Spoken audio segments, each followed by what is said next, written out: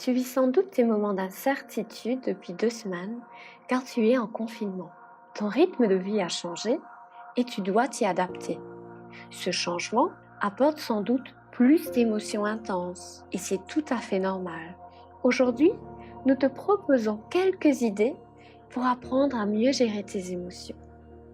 Mais d'abord, c'est quoi une émotion? Une émotion est une réaction de notre corps par rapport à une situation. Elles ne durent que 3 à 4 minutes maximum. Elles peuvent varier en intensité et elles nous donnent des indications sur ce qu'on ressent et ce dont nous avons besoin.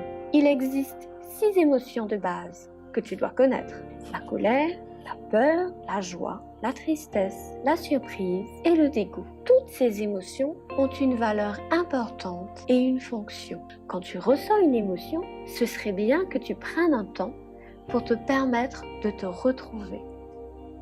Voici 5 étapes qui peuvent t'aider. Première étape, j'identifie ce que je ressens. Demande-toi, qu'est-ce que je ressens? Dans quelle partie de mon corps je ressens le mieux cette émotion? Sois attentif aux sensations corporelles. Demande-toi, est-ce que j'ai chaud ou froid? Est-ce que j'ai mal au ventre ou à la tête? Est-ce que je ressens des picotements, des tensions ou même un tremblement? Deuxième étape, je fais de la place à ce que je ressens. Observe toutes tes pensées et note toutes les idées qui sont là. Accueille-les avec beaucoup de bienveillance et surtout sans jugement. Dis-toi que c'est normal de ressentir ce que tu ressens à ce moment précis. Troisième étape, je fais une pause avec ce que je ressens. Cherche-toi un endroit calme et prends le temps de respirer. Ferme les yeux et respire lentement en plaçant ta main sur ton ventre. Inspire en gonflant le ventre et compte jusqu'à 5. Expire en relâchant le ventre et recompte jusqu'à 5. Constate que ça peut faire comme une vague. Et si tu ne ressens pas grand-chose, ce n'est pas bien grave. Tu peux répéter cet exercice 3 fois. Si tu as un jardin, tu peux aussi marcher pieds nus en fermant les yeux si possible et porter toute ton attention sur ta respiration. Tu peux aussi écouter une musique qui t'apaise ou qui te calme et pleurer si tu en ressens le besoin. Faire cette pause avec toi-même te permet d'être en lien avec tes besoins. Quatrième étape, je prends conscience de mes besoins. Les besoins sont indispensables et ils doivent être satisfaits pour avoir une bonne santé mentale.